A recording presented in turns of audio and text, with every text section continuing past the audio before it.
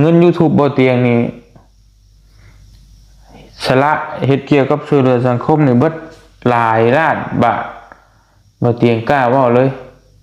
พี่น้องเนาะเบิดหลายล้านบ่ผิดใช่คำนี้บ่ผิดเลยบ่แม่นหลายแสนเด้หลายล้าน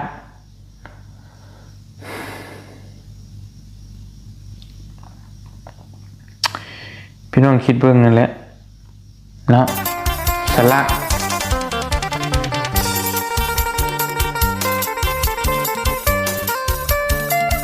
นั่นแหละเนาะสละทุกอย่างเลยบางคนบอกที่คนบ่เตียงอันเงึดอันคนมาอยากว่าบ่เตียงว่าบ่เตียงรวยจังซั่นจังซี่นั่นรวยเพราะโกงเงินบริจาคโอ้ยพี่น้องเอ้ยบ่เตียงเงึดเพิ่นเอาคำเว้ามาใส่ดีว่าเฮาเป็นคนรวยเนาะคนรวยเขาขับรถ BM ขับรถเบนซ์หรือ Ferrari ซุปเปอร์คาร์เพิ่นติพี่น้องคนรวยเขาต้องนอนบ้านดูแบบบ่เห็นบ่บ้านอันเจ้าของแบรนด์เจ้าของเงินอีหยังแบรนด์อีซั่นศูนย์ความงามพี่น้องเอ้ยชาวยังเกาะอยู่อันที่ว่าไพ่ใหม่บ้านแล้วนะลืมซื้อแล้วแหละอันนั้นจังว่าคนรวยบ้าน2ชั้นนั่นกว่าคฤหาสน์เพิ่นต้องนอนบ้านแบบชั้นคนรวยต้องขี่รถสปอร์ตอันนี้คนรวยขี่รถกระบะ4ประตูขี่รถกระบะคนรวยเป็นนอนหันค่าโอ้ยพี่น้องนี่เนาะคนรวยบ่เขาเฮ็ดแบบซี่บ่ซึ่งรถกระบะนี่ผู้ใดก็ขี่ได้ทุกมื้อนี่แหละคนบ่เฮ็ด YouTube เขาก็ยังขี่กันเต็มบ้านเต็มเมืองคนไปหาเงินอยู่ไทยนี่ก็ยังหลายเดี๋ยวนี้นะหมู่คนฮู้จักกับเบาเตียงนี่มาซื้อรถตัวเองอ่ะพี่น้องนี่เนาะเพราะว่าราคามัน 6-7 แสนรถมือสองหรือรถกระบะนี่ 7-8 แสน 9 แสนก็แล้วแต่เนาะเขาซื้อได้เบิดแล้วตอนนี้นะพี่น้องนี่เนาะซ้ำนี่นะเขาบ่ได้ว่ารวยจังดิพี่น้องเอ้ยเขาขี่กันเต็มบ้านเต็มเมืองแล้วก็บ่เตียงมานอนหันค่าเดี๋ยวนี้นะ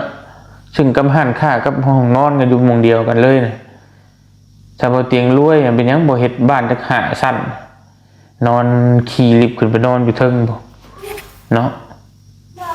คือแบบ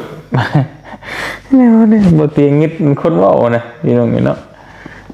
คิดไปคิดมาก็อยากหัวโอ้ยคนรวยใช้ชีวิตแบบนี้บ่คนรวยแต่ก็ย่าดอกย่าเขานั่นพี่น้องก็ปล่อยผ่านไปเนาะก็ให้วิพากษ์วิจารณ์ในสิ่งที่มันพอดีพองามแหละบ่อยากให้เอาความมันบ่มีมูลความจริงเลยไปเว้านะพี่น้องมันโอ้ยเนาะผู้ฟังอะไรมันสิรู้สึกกับเฮาแบบใดแต่ก็ผู้เพิ่นติดตามเฮามาตะโดนเพิ่นก็สิฮู้อยู่ดอกพี่น้อง FC เพิ่นก็เพิ่นฮู้เบิดแหละน่ะบ่เตียงหายใจซื่อเพิ่นยังฮู้ว่าบ่เตียงคิดหยังอยู่นะเอ้าเพิ่นฮู้ขนาดนั้นเด้พี่น้องฮู้จนขั้นว่าเห็นหน้าบ่เตียงแบบเศร้าๆหรือยิ้มน่ะบ่เตียงคิดหยังเพิ่นยังฮู้คือเพิ่นเบิ่งเฮาแบบปึ้งจนซ้ำลูกซ้ำหลานซ้ำอ้ายซ้ำน้องบ่ได้เพิ่นฮู้เบิดทุกจุดนั่นแหละบ่เตียงเป็นหยังสาเหตุบ่เตียงที่อยากชี้แจงเบิดทุกสิ่งทุกอย่างสิไปไสมาไสก็ต้องบอกเพราะบ่เตียงเว้าตลอดมาว่า FC หรือพ่อแม่พี่น้องผู้เบิ่งติดตามบ่เตียงโดยตลอดมานี่คือครอบครัวคือญาติพี่น้องบ่เตียงพอเพิ่นบ่เบิ่งให้เฮานี่เฮาก็บ่มีมื้อนี้ดอกเฮาบ่มีเงินเติมน้ำมันเฮาบ่ได้เงินจาก YouTube ดอกถ้าบ่มีเพิ่นพี่น้องบ่เตียงบ่เคยลืมบุญคุณเว้ามาตลอดเนาะเพราะฉะนั้นบ่เตียงสิบ่เอาคำเว้าไปเพื่อแก้ตัวเพื่อนั่นเพื่อนี่เพื่อว่าให้ตัวเองเฮ็ดเป็นดูดีจังซั่นจังซี่บ่เตียงเอาการกระทำให้เพิ่นเห็นว่าเฮ็ดแท้ทำจริงบ่ คนเว้าเนี่ยมันเว้าได้เบิดนั่งเว้าโปดโปดโปดอยู่ห้องเอก็เว้าติคนแบบนั้นแบบนี้เว้าแบบนั้นแบบนี้ผู้นั่นผู้นี่ต้องเฮ็ดแบบนี้ต้องเฮ็ดแบบนั้นแต่ว่าเจ้าของบ่เคยเฮ็ดหยังเลยลองมาเฮ็ดเบิ่งพี่น้องเอ้ยคนเชียร์กับคนลงแข่งเองนี่มันยากเด้เนาะพี่น้องลองคิดภาพเบิ่งว่าคนไปเตะฟุตบอลหรือว่าต่อยมวยนี่ก็ตามบางคนเชียร์อยู่ข้างสนามเอาแบบนี้เฮ็ดแบบนี้เอาแบบนี้คือบ่เอาแบบนี้ แต่ว่าคนผู้ลงแข่งขันนะมันก็สิตายแล้วพี่น้องเอ้ยมันสู่สุดความสามารถแล้วสุดกำลังเลยแต่ทั้งนี้ว่าเอาบ่ได้ใจอยู่มันอารมณ์มันต่างกันคนที่นั่งอยู่ซื่อๆกับคนเฮ็ดน่ะมันต่างกันถ้าอยากฮู้แล้วลองเฮ็ดต้องเบิ่งพี่น้องเนาะว่ามันง่ายหรือมันยากส่ำใดถ้าคนบ่มักใจบ่มักใจบ่นักแน่นใจบ่อดทนและบ่มุ่งมั่นบ่ยึดถือในอุดมการณ์จ้างบ่ฮอดปีดอกบ่เตียงพัดให้โลดการช่วยเหลือสังคมนั่นมันบ่แม่นง่ายๆพี่น้องเอ้ยเนาะคือเฮาสิเข้าไปหาคนแค่สิเอาใจให้มันถูกใจเขานี่ก็ยังยากแล้วพี่น้องเอ้ยคนเฮาที่ไปช่วยเนี่ยก็บ่แม่นว่าเฮาสิเฮ็ดแบบใดกับเขาก็ได้ไดเขาก็คนคือกันเนาะเฮาก็ต้องประนีประนอมเว้าคือพี่คือน้องเฮาอีโลดบัดเฮาก็ต้องมาคุยกับผู้ใหญ่ผู้ฝากเงินมาให้เฮาอีกเฮาก็ต้องบอกเพิ่นรายละเอียดทุกอย่างเฮาก็ต้องคุยกับเพิ่นคุยกันกับเพิ่นเพื่อเพิ่นสิลงตัวต้องเพิ่นต้องให้เฮาเฮ็ดแบบนั้นแบบนี้แบบนี้แบบนั้นนี่เพื่อสิคุยกับเพิ่นเพื่อสิให้เขาจกเข้าใจนี่มันก็บ่ง่ายแล้วตัวนี้ก็บัดสิเข้าไปหาคนอีกสิหัดเฮ็ดหันเฮ็ดนี่ในการใหญ่ๆเฮาก็ต้องแจ้งบ้านแจ้งเมืองแจ้งในบ้านมีใบเซ็นบทบันทึกอหยังคักแน่นู่นนี่นั่นก่อนเฮาสิเคยสิพาคนข้ามไปรักษาอยู่ไทยนี่ก็ต้องเฮ็ดพาสปอร์ตให้เขาต้องนั่นนี่มันแบบมันบ่ง่ายหั่นน่ะพี่น้องเอ้ยเพื่อไปฮอดห้องหมอแล้วเฮาก็ต้องไปคุยกับแพทย์กับหมออีกเพื่อหมอสิรักษาให้เฮานี่ก็บ่ง่ายๆเหมือนว่าเฮามีเงินแล้วเฮาสิไปรักษาได้เลยมันบ่แม่นขั้นตอนเพื่อสิหาเงินมาได้นี่ก็เว้าปากจนเมื่อทั้งที่บ่เป็นเงินเจ้าของให้พี่น้องคิดเบิ่งเนี่ยนบอยู่จังซี่เนาะขอมุกขอบใจขอบุญขอบคุณขอมุกขอบใจขอบุญขอบคุณทั้งที่บ่เป็นเงินเจ้าของเลยถ้าคนถือเกียรติถือยศถือศักดิ์ศรีนะเฮ็ดบ่ได้ดอกเสื้อบ่เตียงสิไปก้มกราบ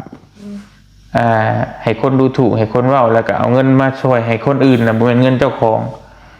พี่น้องลองคิดเบิ่งแค่คิดเอาซ้ำนี่ก็มันยากบ่เตียงว่ายากแต่ได้สำหรับบางคนนะ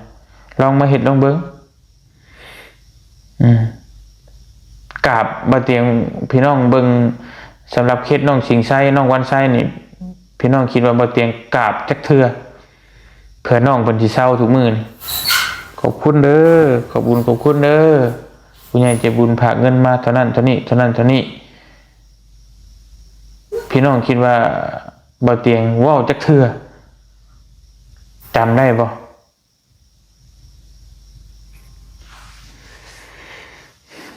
แต่แค่ที่เว้าให้ผู้เพิ่นอยากเว้าเฮาน่ะก็เพิ่นคือสิบ่เข้าใจดอกเพราะว่าเพิ่นเบิ่งแค่เปรียบเปยเบิ่งแฟบๆๆแล้วก็ไปเอาไปเว้าเลยแต่ว่าเพิ่นเบิ่งแค่ว่าคร่าวๆนะเนาะเพิ่นก็เอาไปเว้าแล้วก็ย่าดอกบ่มีความหมายบ่เตียงสิบ่อธิบายหยังบ่ชี้แจงหยังกับบุคคลเหล่านี้เนาะเพราะว่าเว้าไปแล้วเว้าไปก็เทไปแนวใหม่ไปเลยบ่เตียงฮู้แล้วว่าบ่มีผลหยังเนาะแล้วแต่ให้ FC ตัดสินเพิ่นเองพี่น้องเนาะให้ FC พ่อแม่พี่น้องผู้ที่ติดตามเฮาตลอดมาผู้เพิ่นฮักเพิ่นแพงเฮาเนาะให้เพิ่นตัดสินเองเพิ่นซะบ่เตียงบ่ขอเว้าหยังหลายเนาะให้เพิ่นตัดสินเองคือเพิ่นสิเบิ่งเฮาต่อเพิ่นสิสนับสนุนเฮาต่อหรือเพิ่น เพิ่นเชื่อใจในตัวเฮาหรือเพิ่นเชื่อใจในตัวเขาเรานั่นก็ให้เพิ่นตัดสินนะคือบ่เตียงบ่มีสิทธิ์เรียกร้องหยังบ่เตียงว่าพ่อแม่พี่น้อง FC ทุกคนนี่เพิ่นฉลาดพอฉลาดกว่าบ่เตียงหลายเท่าและขอร้องเนาะทางพ่อลุงหรือพ่อลุงแม่ป้าผู้ที่มักเว้าอยู่นั่นเว้าก็เว้าแต่บ่เตียงผู้เดียวก็ย่าซะบ่เตียงบ่ถือโทษโกรธเคืองหรอกถือว่าเพิ่นเป็นคนไทยบ่เตียงเคารพนับถือพี่น้องคนไทยอย่างสูงเพราะฉะนั้นเพิ่นเว้าเหยียดหยามบ่เตียงหลายแฮงแต่บ่เตียงก็ยังบ่ได้ตอบโต้หยังเพราะว่าคิดว่าเพิ่นก็เป็นคนไทยบ่อยากเว้าเพิ่นก็เป็นรุ่นลุงบ่เตียงเนาะบ่อยากเว้าเพิ่นแต่ว่าขออย่างเดียวแค่อย่าเว้า FC บ่เตียงซะหรือ FC สายบุญเฮาว่าเพิ่นงูในซั่นในซี่ว่าคนไทยงูว่านั่นนี่แบบบ่อยากให้เว้านะพี่น้องพอบ่เตียงเห็นมาหลายมันรู้สึกว่าเว้าหยังว่าเป็นห่วงคนไทยจะไปด่าคนไทยเองไปเว้าหลายสารพัดสารเพบ่เตียงก็บ่เว้าหลายดอกเนาะพี่น้องก็ไปฟังเองก็ได้พี่น้องบ่อยากให้เว้าคือเว้าแบบผู้ใหญ่หรือแม่ฮักพ่อฮักเฮาบ่เตียงฮักก็หลายอยู่ฝั่งไทยนี่ก็หลายบ่เตียงเคารพนับถือนะซึ่งแบบไปเว้าเพิ่นว่าเพิ่นโง่เพิ่นจังซั่นจังซี่แบบเป็นเมาเป็นโอ้ยหยังสารพัดพี่น้องนี่เนาะเมาแมงเมาตอมใส่บุญใส่หยังเว้าแบบแห้งนะบ่เตียงก็รับบ่อยากได้ไปได้เว้าบ่เตียงคนเดียวก็บ่ว่าดอกแต่เว้าแบบบ้าโตพี่น้องเอ้ยเว้าให้ผู้ใหญ่เพิ่นเนาะซึ่งเพิ่นก็แบบตั้งมุกตั้งใจคือเพิ่นเป็นคนดีแหละพี่น้องเนาะเป็นจิตใจเป็นกุศลบางคนก็บ่ได้ซอยหยังบ่เตียงได้บอกตรงๆบ่เตียงบางคนบ่ได้ซอยเงินบ่ได้ซอยคำบ่เตียงสักบาทเดียวแต่บ่เตียงก็เคารพนับถือก็ฮักแพงเพิ่นเพราะว่าเพิ่นให้กำลังใจมีหลายคนแฮงบ่เตียงติดตามบ่เตียงเบิ่งอยู่ได้บ่แม่นว่าบ่เบิ่งบ่เตียงบ่เว้าบ่แม่นว่าบ่เตียงบ่ฮู้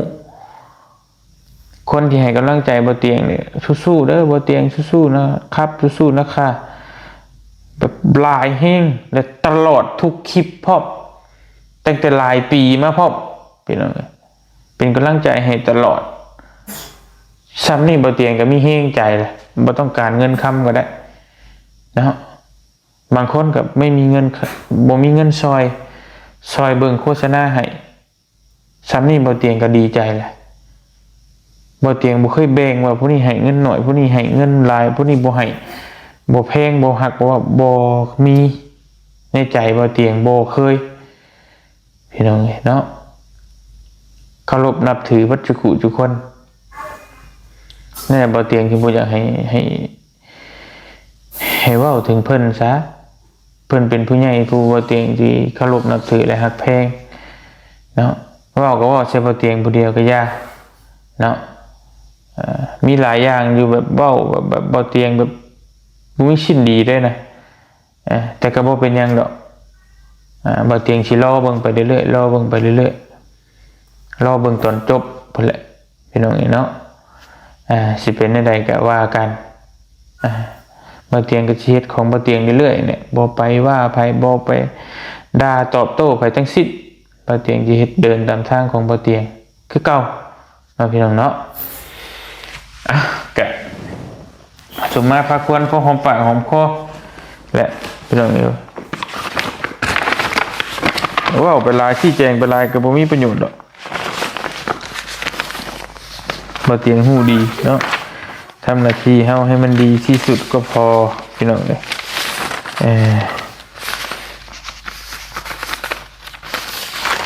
วันนี้เฮาสิมารวมค่าใช้จ่ายมี2บินแค่นี้แหละตัวนี้บินหนึ่ง 2,800 บินหนึ่ง 900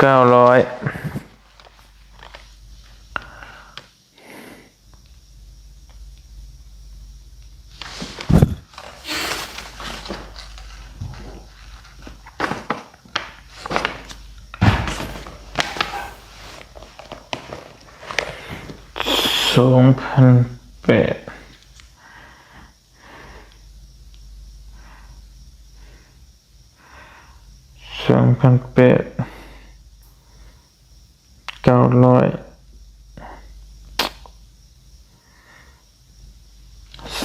3,700พี่น้องเฉพาะแต่บินนะนี่บินค่ายาค่าโรงพยาบาลตัวนี้เนาะแล้วมาบวกค่าห้องค่ากินค่ายาอีกบาทนี่3,000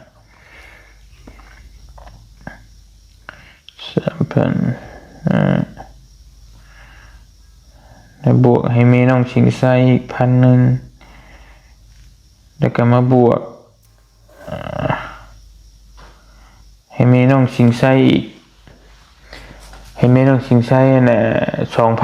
2,000ก่อนสิมานี่ไว้ให้เพิ่นใช้เพิ่นซอยพี่น้องเนาะ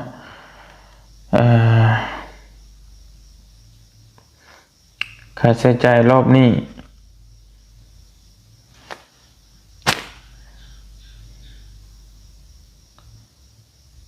10,000เบิดไป10,000กับ200 บาทพี่น้องเนาะ1,200 บาท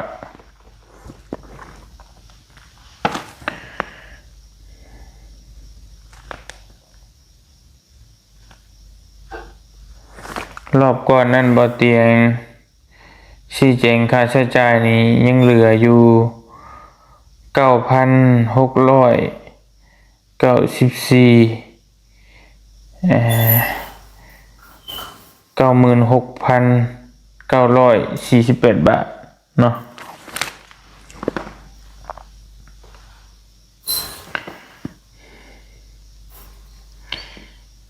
เดี๋ยวมันลบออกพี่น้อง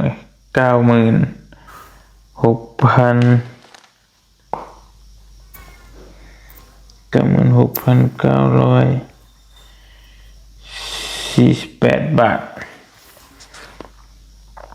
ลบออก200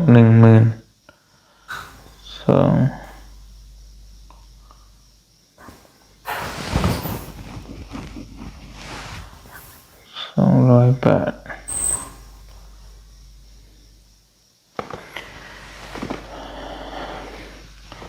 เหลืออยู่ 86,748 บาทพี่น้องเนาะอันนี้เบิดไป10,000นิดพี่น้องไปรอบนี้คิดเบิ่งอีกก่อนเนาะเรื่องนี้แนวลืมไปจ้ะบ่เตียงบ่ได้คิดแต่ค่ากินค่ายาค่าอยู่บ่ได้คิดหยังเลยเด้อค่าน้ำมันบ่เตียงก็เอาเงินบ่เตียงเติมเนาะถ้าเติมน้ำมันนี่ค่าไปค่ามานี่บ่อยู่แล้วพี่น้อง